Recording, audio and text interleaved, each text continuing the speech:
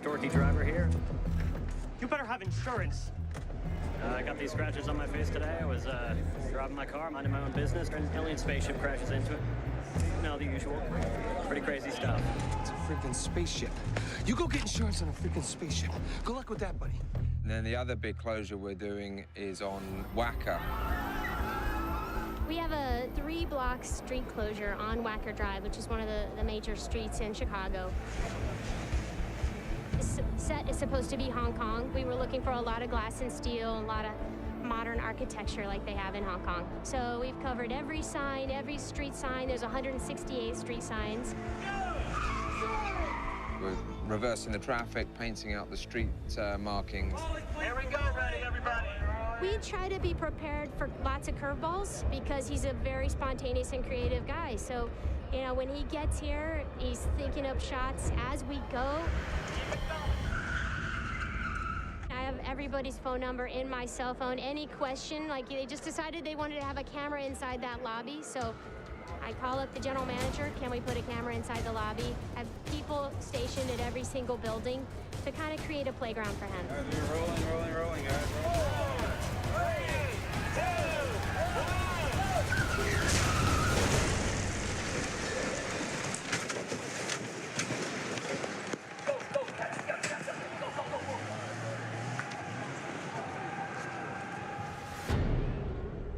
The city call it Lakeside, and it's the old US Steel site.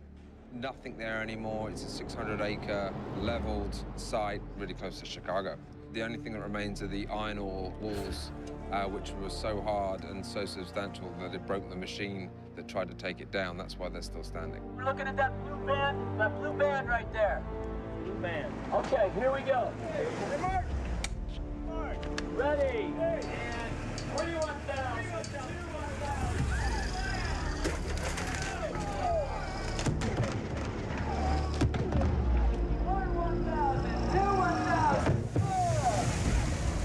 A great backlot for us to create some Hong Kong tsunami type events and have a bit of room to move. That's what I'm talking about. Woo! It's going to be action. It all starts lifting on action. You know what I'm saying? 3, 2, 1, action. The spaceship is a big giant magnet, and it's lifting all these metal things up.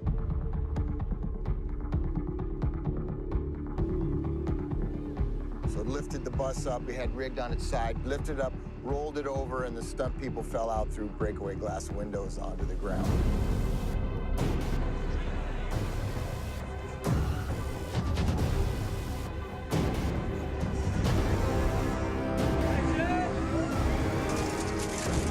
We have stunt guys falling out, and as the bus starts flipping upside down, we go right under where the door would be, so directly under the bus, and then towards another convertible where other guys are then flying out of. Oh, that's cool. It's pretty exciting stuff. You have people literally within inches, not only running by the car, but also falling on top of the car, or falling right in front of the car. So a little bit of avoidance there, plus keeping a smooth path with the camera. It's a pretty exciting deal.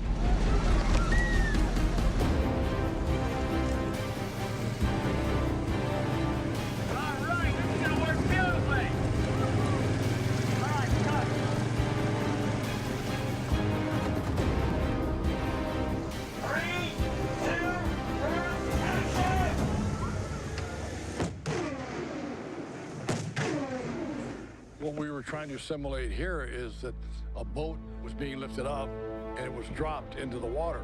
Everything we did was the splash. And we had come up with this concept of using those tanks because you need to get a lot of water a lot of times. So dump tanks have been around since the beginning of movies. It's, you know, it's a device, holds a lot of water, lets a lot of water go at one time. John Fraser built 6 of these dump tanks, 11,000 gallons each, and there's 6 of them up there with big trap doors that are fired by cutting a cable and dumping all the contents at once. You need a lot of head pressure. Those tanks are 40 feet in the air. So when you let that water go, it moves things. Are you pulling all of them? You're looking out that way, and then you say back up, right away, okay? You don't move. 3, 2, 1, and action.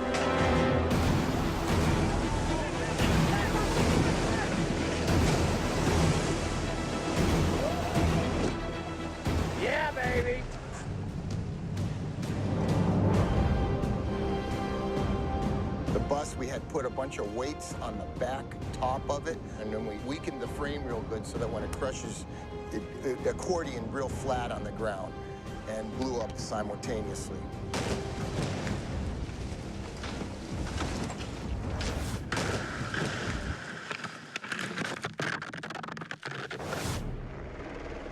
So this is the grand finale. We're supposed to be in Hong Kong, but we're at the Damon Silos, which is state-owned property for sale off the north side of the 55, going out of Chicago. Quiet, guys. Let's roll on this 40, okay? Quiet. Ready, and dust, and boom. As long as we left it in a safer or as safe condition as found, we could do pretty much anything we liked. Okay, let's go hot, please, going hot.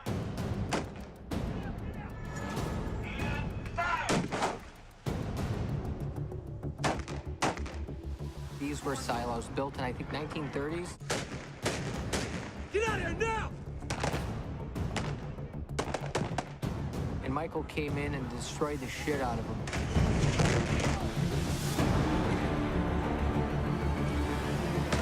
Basically, brought his chaos to Chicago.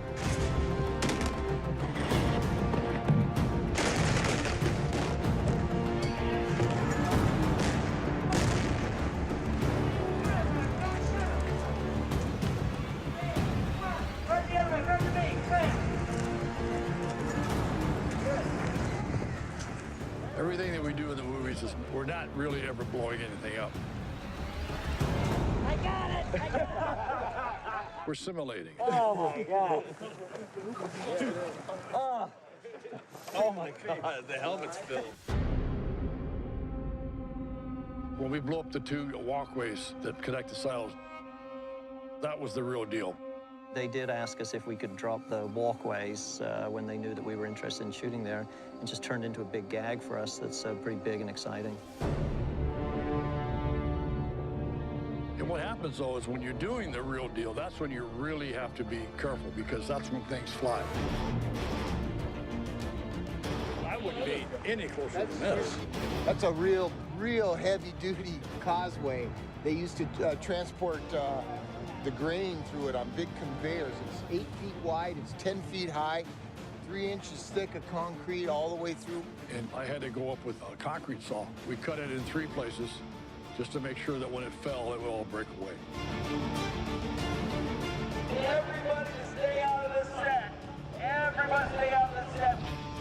All right, let's roll through the air. All right, you need to roll high moves. Roll the high moves. Then we blast it and down she falls.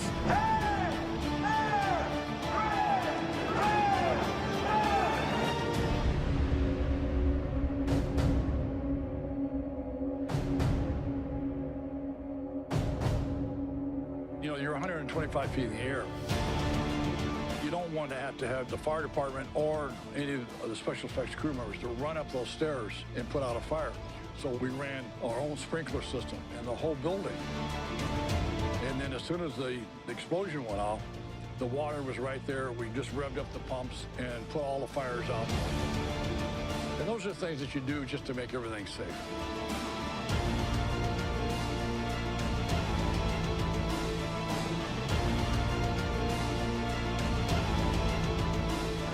That's great. Hey, looks good. Also goes in. Let's see it again. I didn't think it was going to be that big. It's 8 a.m. and we're thinking about maybe dropping those 2 bridges. Well, where did they go? Where did they go? Somebody beat us to it.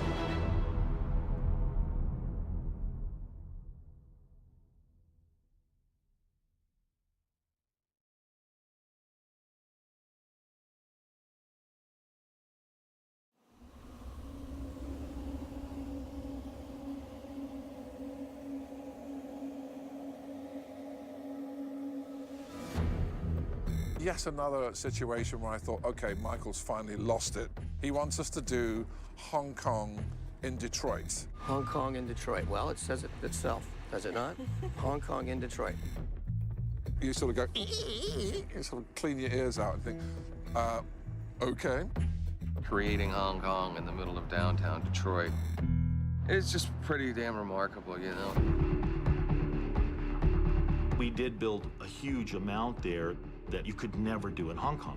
Hong Kong is so dense. You're cheating exterior photography in a U.S. city for Hong Kong. So the look of those sets is vital to that illusion. We're in the middle of downtown Detroit. This is an empty lot.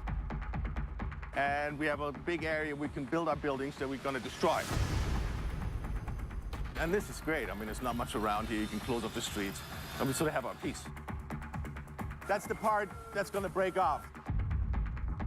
We're going to build scaffolding behind it because we want to hide that building because it would give Detroit away. So it's going to be like this bamboo scaffolding covering the whole building.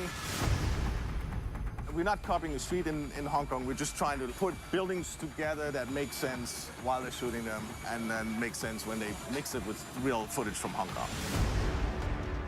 And part of filming in an environment like this is we have different entities, including the Detroit People Mover. We just wrapped that. If you look at it, it's in Chinese. It runs about every 2 to 5 minutes, and they're willing to work with us while we're filming here.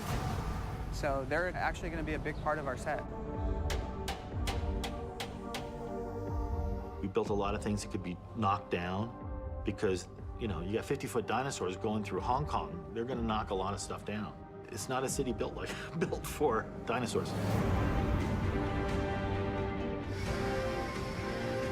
For us in the construction end, it's very important to have that coordinated effort between the art department and us in construction because we have a tendency to like to build things straight and true.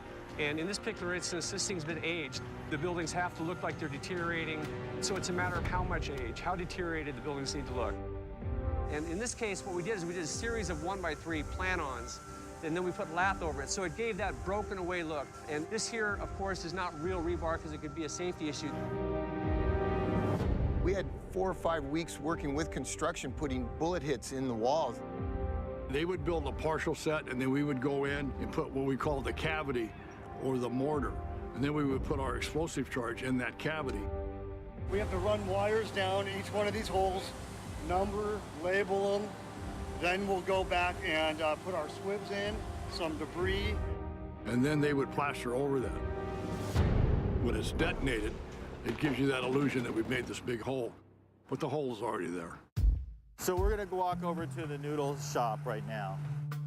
These were very difficult to make, and Kevin Kropp, one of our set dressers, one of our buyers, figured out how to do this. Exhibit A, first trial at making noodles, shredding paper towel through a shredder.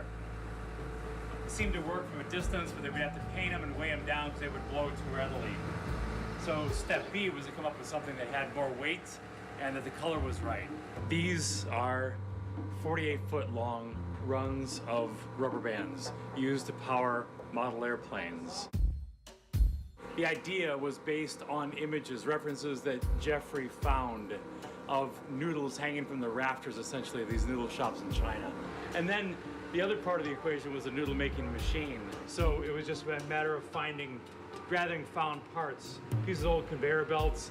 These are valve covers from a car engine, uses chain guards, a couple of pistons, and voila, we have a noodle shop.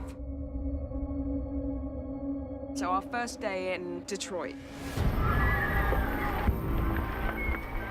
Michael said, okay, so here's your path. Don't crowd my Steadicam when the explosion goes, which means stay this side of the Steadicam. You're gonna go round here, take a left there, go forward a little bit more. We're gonna see the 2 explosions through that circle. We're gonna go to them. We were like, okay. The circle's here. You're gonna find your place towards your dad. You're gonna go to the other side. And then you go round there and follow that post round. Jack, you cut in this way. Mark, come wide. Come in here. You're gonna go to this mark right here. I'm gonna shout missile. When I shout missile, you duck. Boom! That thing goes. You guys then cut in this way. So we were like, okay, yeah, that's fine. Okay.